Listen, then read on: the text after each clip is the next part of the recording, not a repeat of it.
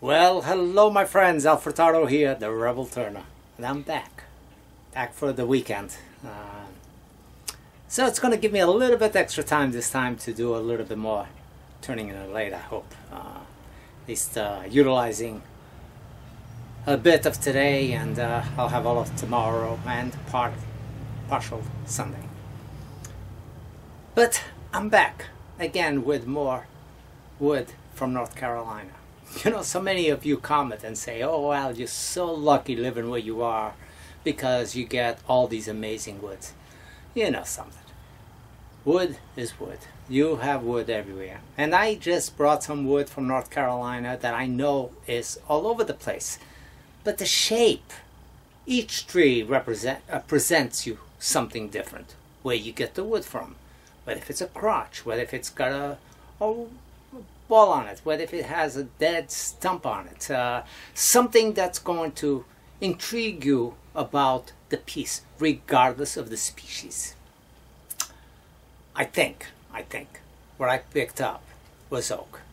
Side of the road there was this huge tree, maybe 36-40 inches diameter. I mean, this thing was huge, and it was laying alongside of the road, already chopped up in lengths like logs, and somebody had gone in there and already had slivered a clean cut all the way across part of the slab. Let me show you this. And we're nice enough to cut out of that a small chunk that I could use. The rest of this was about 12 foot long. Now this is only going about 5 inches from the top of the log, and you can see the width that's here, and it just continued going much wider than this. So anyway, when I picked it up, I looked at it, and I was looking at the character, and I believed it to be oak. But in the same spot there were remnants, and I didn't know if it was break-offs, branches from that same tree, whatever. And I'm going to show you this one, and I'm not so sure that this is the same.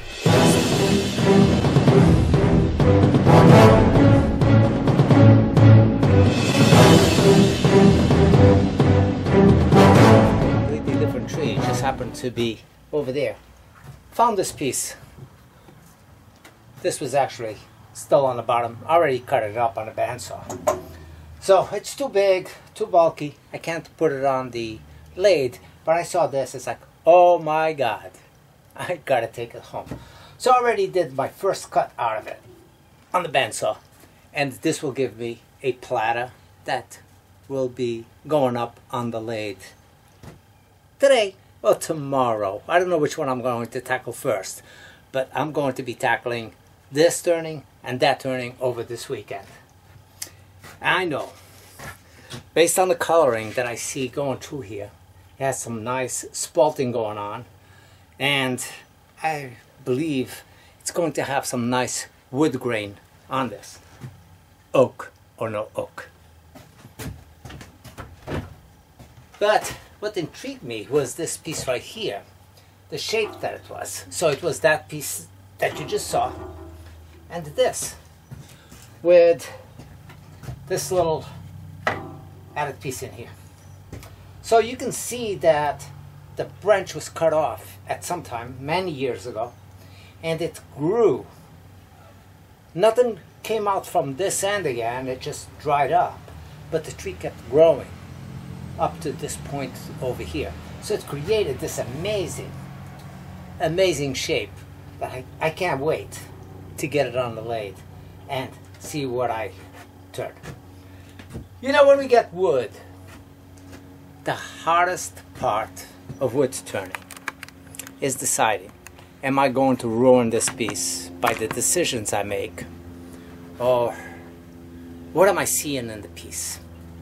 And I will say, trust your first initial instinct, and generally you can go from there and grow with the piece a little bit, to develop, see what's happening, but don't alter the piece to where it doesn't want to be.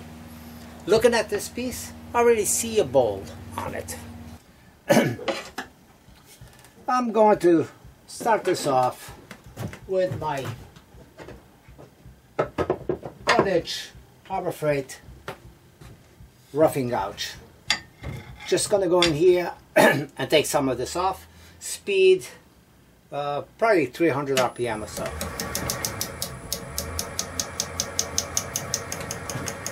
That's 325 RPMs.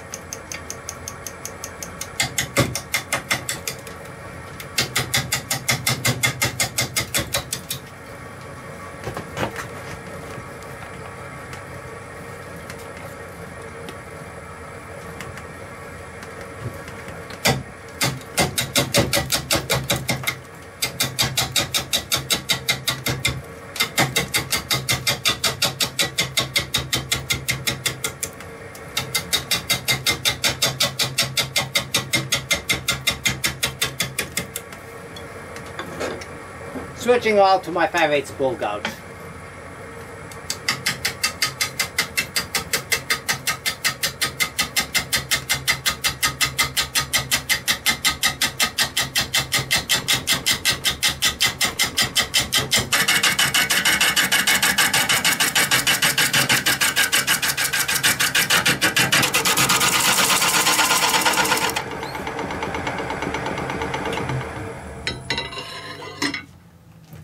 And I'm going to keep a foot on this piece to really accentuate on this what's happening here.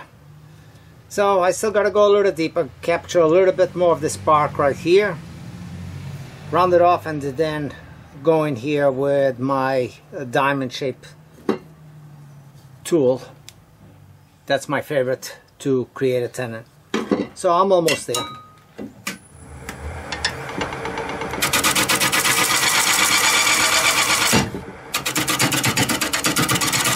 Foot right here, and then I will flip it over and finish that off.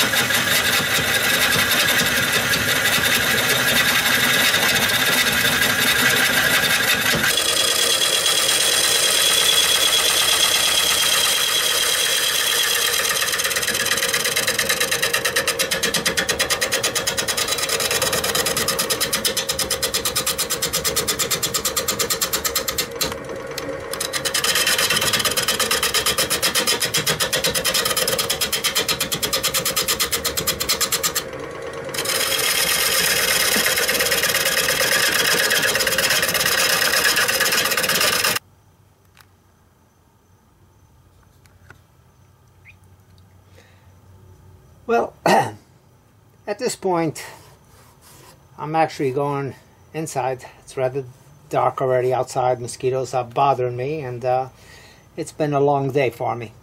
So I think I love the shape. I love the coloring that's going through here. I'm going to continue turning this, and this embedded piece, which was that center stump that I showed at the beginning, should show pronounced going through here. On the back side, I got a black ring going over here that might show up once I go all the way through, so it will complement and pick up this dark that's going through here, and it will have a blotch over here. Amazing, amazing piece of wood for free. You don't have to buy exotic to get nice stuff. So, here's a perfect example. Be back tomorrow.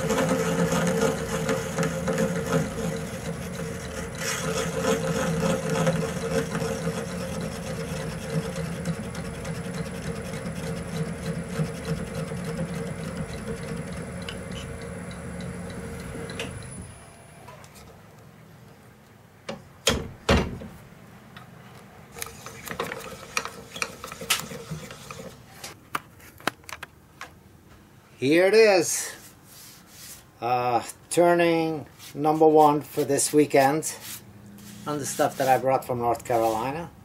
This happens to be oak from a tree that was about 42 inches in diameter.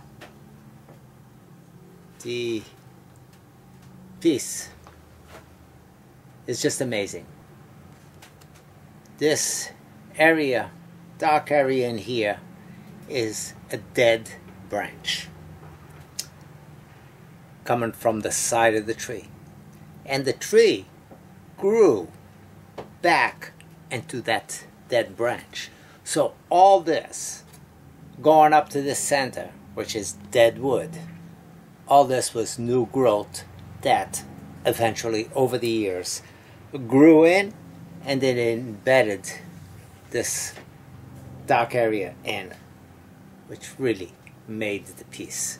The bark growing up into that center pretty much grew on the shape of the bowl, but not quite. I had to go in there and take off some of the bark. Initially what I wanted to do is maintain this whole bark area coming up to here on both sides, but it was impossible. Just shows you that no matter what you see on your piece of wood initially, the wood is what tells you what it's going to be. When I got this, I was wondering if actually I was picking up oak, but without a question, what I have here is a nice piece of oak. And as always, thank you for watching, and if you haven't subscribed, hit that subscribe button, and if you like it, give me a thumbs up and share it with your friends. Thank you again. We'll see you on the next turning.